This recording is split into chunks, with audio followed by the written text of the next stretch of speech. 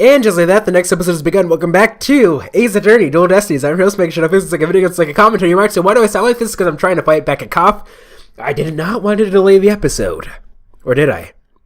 Anyway, without further ado, let's go and continue. That actually sounds like a real ghost to me. The defense may now cross-examine the witness. Cross-examination. In between episodes during the awkward pause, I took a drink and I swallowed down some water down the wrong pipe. This is terrible. Let me get some water. Here we go. The yokai is Jinxie. Alright, buddy. Time to beat the crap out of you. Let's go ahead and save. You know, I say, how do you beat the crap out of them? You're not fighting them. Yes, we are! We are definitely fighting. A courtroom battle is a battle nonetheless. Where our brains are our fists and our brains are our shields and our silver mount words are, I don't know. Just go with it. Timothy was really like that little maid gal, ain't no doubt about it. Hold it! Mr. Filch, you and Mr. LaBelle mentioned something about a practice yesterday. Do you know the so-called lessons about what you were supposed to say in court? No, y'all got it all wrong! Then could you tell the court exactly what sort of lesson it was? Oh, what was it again? Yipes! Oh, now I remember math, you know, numbers and stuff! He's completely under Blackwell's control, too. He's always been. Anyway, that Timothy was that little maid gal, so what's the difference? I mean, the Timothy also was just a little thing about her size. I think you got a good look at how tall the Timothy impersonator was. You betcha! I got a habit of sizing people up. I can even give you primer on how to pull it off, all under the table natch. I got a knack for figuring out where people's pockets are and how much money they have. I size them real good before I relieve them of their valuables. He says in court. He doesn't admit to being a pickpocket right here in court. Does the witness hold that this Timothy entered the foyer? Darn right I do! Well, the little one had a big old staff. I seen her when she came into the foyer. Well, you're not going to brush it all up by claiming the perp was short. Must have hit a raw nerve because you ain't that tall yourself. Let's just say, yeah, look who's talking, Mr. I've got to stand in a box just to testify. Anyway, Mr. Filch, correct me if I'm wrong, but didn't you say the Timothy you saw at his staff? Cross my heart, hope to die. I know, cause it went a jingle and a jangle. And where do you suppose that staff came from? Oops, did I actually skip stuff? I think I might have. Let me see. No, okay, I didn't. The staff, you say? Well, bet you she stole it from the Forbidden Chamber after stumbling in the crime scene. Hold it, please. I suppose you mean to say that Jinxie Timat into the Forbidden Chamber to get one. Well, I ain't never seen a staff like that in the manor, so it had to be the Forbidden Chamber. Oh, really? The stench of LaBelle is thick in the air today. Jinxie into the Forbidden Chamber after the incident. Then she took the staff and tried to cover her action and pretend to be Timothy. I guess that's what Filch is trying to say. Say? Could Jinxie have been into the Forbidden Chamber she wanted to? Okay, I see what you're saying there. There is one thing I was wondering about. There is. Why can't I do the judge voice properly today? Or like, why is it making my throat so itchy, I wonder? It doesn't normally do that. The wise sage. Why did that yokai have a staff in the first place? Well, I got my hunches about that. She was gonna use a wallop me on account of my fierce reputation. I just know it. Wallop you? And why did the so-called yokai want to do that? That little maid gal never did like me. She always hightails it when I come around. She sticks these weird papers on my noggin. She probably thinks of him as the dreaded Tanuki monster of QB Manor or something. We need to prove that Jinxie isn't Timothy, but I have no idea how we're going to do that. All we have to do is prove that it was impossible for Jinxie to turn into Timothy, and that might be easier than you'd think. Really? Now's our chance. Our chance to expose the real Timma Tuttle for all to see. Alright. What we do is we go over here. Because she stole from the Forbidden Chamber after stumbling in the crime scene. And Apollo said, like, how could she have gone in there? What we present is the key that only Timma, had. There's only one of its kind. The mayor took from the killer and swallowed. Objection! Present. It would seem that Timma Tuttle was, in fact, not this innocent little girl. Huh? How you figure that? You claim the Timma Tuttle you saw had one of those stabs from the Forbidden Chamber. But it would have been impossible for Miss Timma to get a hold of one. Care to elaborate, Mr. Justice? The mayor swallowed this key shortly after the murder. He wanted to keep the killer out of the Forbidden Chamber. What's this? This key was deep in the mayor's stomach when Mr. Timma discovered the crime scene. So you see, it would have been impossible for her to get into the Forbidden Chamber. In short, the Timma Tuttle seen holding that staff could not have been Jinxie Tenma. Ah! What?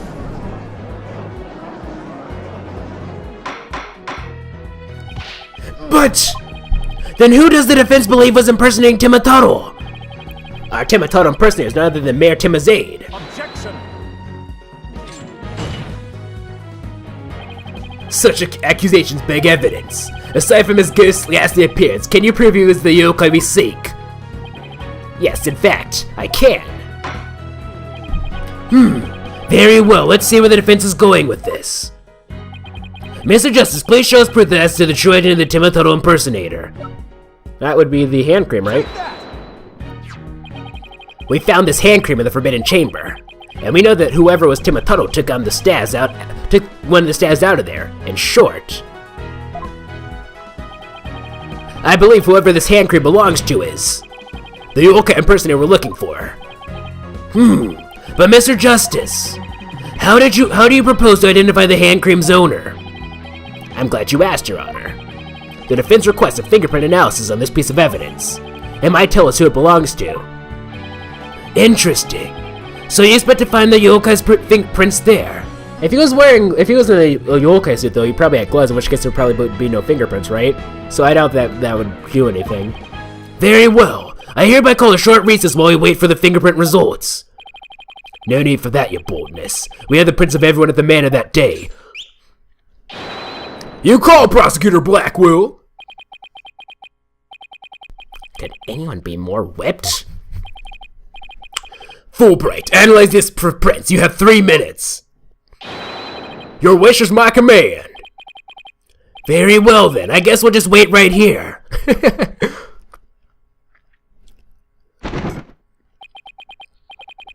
It would seem the fingerprint analysis is complete. What do the results show? What in the world? They're Fleur LaBelle's prints, aren't they? No, they're not. This is absurd! Prosecutor Blackwell? I'm not going to like this, am I? Don't tell me. They're Timma Tuttle's prints. Fingerprint analysis has revealed that the prints belong to the judge! Phineas Filch! Oh no! Except he's not the killer, because we already know that he is. Whatchamacallit. Wait. What? What? And Miss LaBelle wasn't the one who entered the Forbidden Chamber? Objection! Why, you tricksy little Tanuki! Explain yourself now! Sure! The imprints are mine! I mean, I did pilfer that hand cream from Miss LaBelle after all! So you're the one who entered the Forbidden Chamber? So what if I did? Got a problem with it? Yipes! You fool of a Tanuki!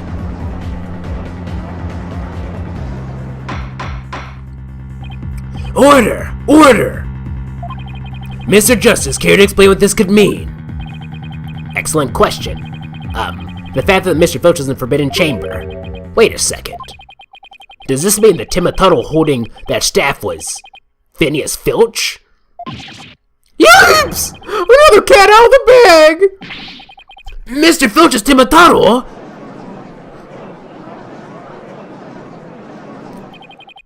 I don't understand. Does this mean Mr. Filch is the real killer? The witness will explain himself this instant. Begging your pardon, your honorship, but I was just doing what the alderman told me. He wanted me to be Tim Tuttle in the village exorcism ritual. Oh, you mean that event at the Ninetales Vale Festival? So that was you inside the Tim Tuttle costume. Yep, but after the event, I went to watch that pro wrestling program. But it bore me to tears on account of the wrestlers being complete jobbers. So he didn't actually watch the entire wrestling match. That's when I looked at the Tim Tuttle costume and got a great idea. Nobody can tell it's me when I'm wearing it. And because of them superstitions, no matter what I do, the villagers won't say a word.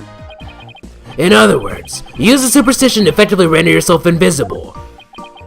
Why didn't you want to enter the Forbidden Chamber in the first place? Because of the treasure there. Thought that was my big chance to sneak on and nab it. Treasure? Oh, that is the greatest get-rich-quick chance in the universe.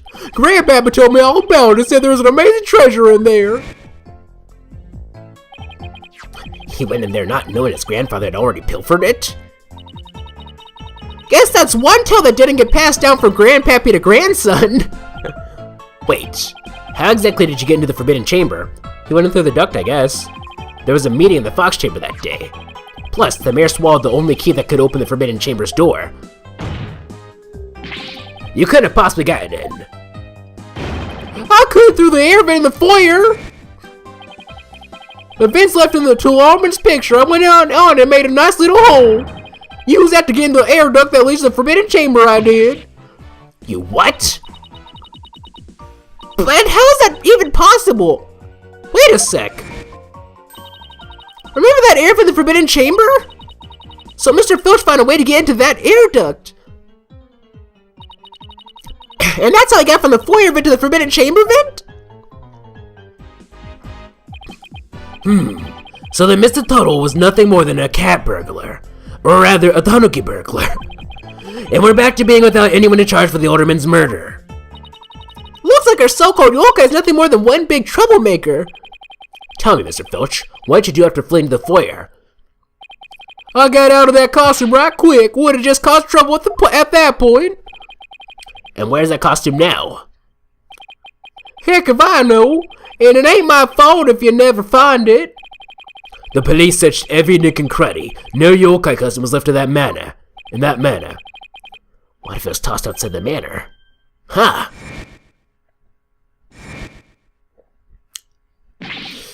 No way! But maybe, just maybe, the defense seems to have hit upon an idea. Well, go on, Mr. Justice. Okay, here's what I think. Mr. Filch, did you get rid of the costume here? Huh? Okay, let's look at everything again. The police searched every nook and cranny. No, maybe. The defense seems to have hit upon an idea. You are talking about like the window here? Like the open window here? It is open, so sure. Did you toss it out the window? Because that would certainly explain why I didn't turn up inside the manor. I was overthinking it for a bit. I was like, no, like, I don't know. You think I'd toss it out the window? That costume cost me a pretty penny. So why would I go do something like that? I can think of a few reasons. Any bright ideas, Apollo? Well, assuming the costume really was tossed outside for the window, then the next question would be, what happened to it after that? And if I'm right, I might have just the thing to prove what happened to the costume. Phineas Filch. I have just the evidence for you. You do? This evidence proves you got rid of your Tim Tuttle costume through the window. Alright, let's look at everything. That's not that. I don't think. Soaring through the air. We aren't gonna... Okay. Well, let's look at everything. Nothing more. Like... I feel like that has to... A diagram showing the scene of the crime. Details. A diagram of the foyer. Okay, I'm probably gonna go too vertical on this, actually. Goodwill didn't make... Okay. Jinxie is now the only one who knows what the original looks like. 2 pages. Why is there a second page? Okay, oh, right, that. There in black and bloody prints, black feathers, top of the blood. It might have been at the crime scene, white hair inside. Photo, the hero spot the monster crazy, saved Ninetales from being a ghost town. She says it fled from the foyer. Pass each other and she was made as... They passed each other at a bend in the hall as he made for the foyer. He was carrying a staff like implement that jingled. She couldn't call for help because there's no one else in the hall. So I didn't specifically say like she saw him jump out the window or something. Drug into slumber. The killer swallowed, there's only one of its kind. Apparently it's something that certain thief is a certain act of a theft. Am I overthinking this? Is this what we're supposed to present? I guess so. Okay, I guess I was overthinking it. Oh, that's... Timothy flying through the sky! Like, the thing is, though, that doesn't prove that it went out of the window, is what I was getting tied up about. And just how does that prove Mr. Filch threw his costume out the window? It's quite simple. That's not Timothy in the photo. It's the costume Mr. Filch threw out. Oh, that's crazy talk! You ain't serious, are you? There's a steep cliff right outside the foyer window, meaning the manor's pretty high up. The costume flew through the air after it was tossed out. That's when the photo was taken. In other words, the photo of Tim Tuttle really was a flight of fancy. What? Yikes! Oh my, so there really never was a yokai. Oh, I can't keep any of them cats back. Can I still file a claim for the lost costume? That's more than prison fits his position. Jinxie Tim had nothing to do with the staging of a yokai sighting. Can't you raise any objections, Prosecutor Blackwell? None whatsoever. I'll deal with that tricksy Tanuki after I've dealt with this case. We did it. No, we didn't. This would have been the shortest court case in the world if we did. Good going! Now all I have to do is make Fleur on the bell take the stand. Objection. Sheathing the sword a bit early, are we not? Huh? Nothing has been proven beyond a doubt. Take this tricksy little Tanuki, for instance. The thing is, at the end of the day, even if we show that, you know, he wasn't like, he was in the whatchamacallit costume, that doesn't prove that, that doesn't disprove that Damien Timma was the killer. How do you suppose he was able to exit the Forbidden Chamber? Probably the same way he got in, through the chamber's air vent. And what are the feathers and tracks of the scene of the crime? They would suggest that the Tanuki exited through the chamber door, not the air vent. Objection! But the Forbidden Chamber doesn't open from the inside, so what you're saying makes no sense, right? Someone on the outside opened the door for you, isn't that right? Yep, that's right, Mr. Blackjack. The door suddenly sprung it right open. Sprung right open. Who was on the other side? Didn't get a good look on account of the sudden glare. Like how the reflection of my head blinds fellow moviegoers emerging from the dark. That's when I snatched that snap and made my daring escape. And then that little maid gal spotted me as I hightailed it down the hole. That means the Forbidden Chamber wasn't open until after the crime was discovered. But wait, we still don't know who opened it. Maybe there really was a third person in the Fox Chamber. Objection! Well, you little Tanuki. When the forbidden chamber opened, did you see the accused passed out there? Nope, only one there was the alderman. He was dead as a doornail. If the accused wasn't there, what do you suppose he was up to? Uh-oh, I don't like where this is going. Yeah, of course you don't. You know why he doesn't like it, right? Because it's an awkward pause, of course.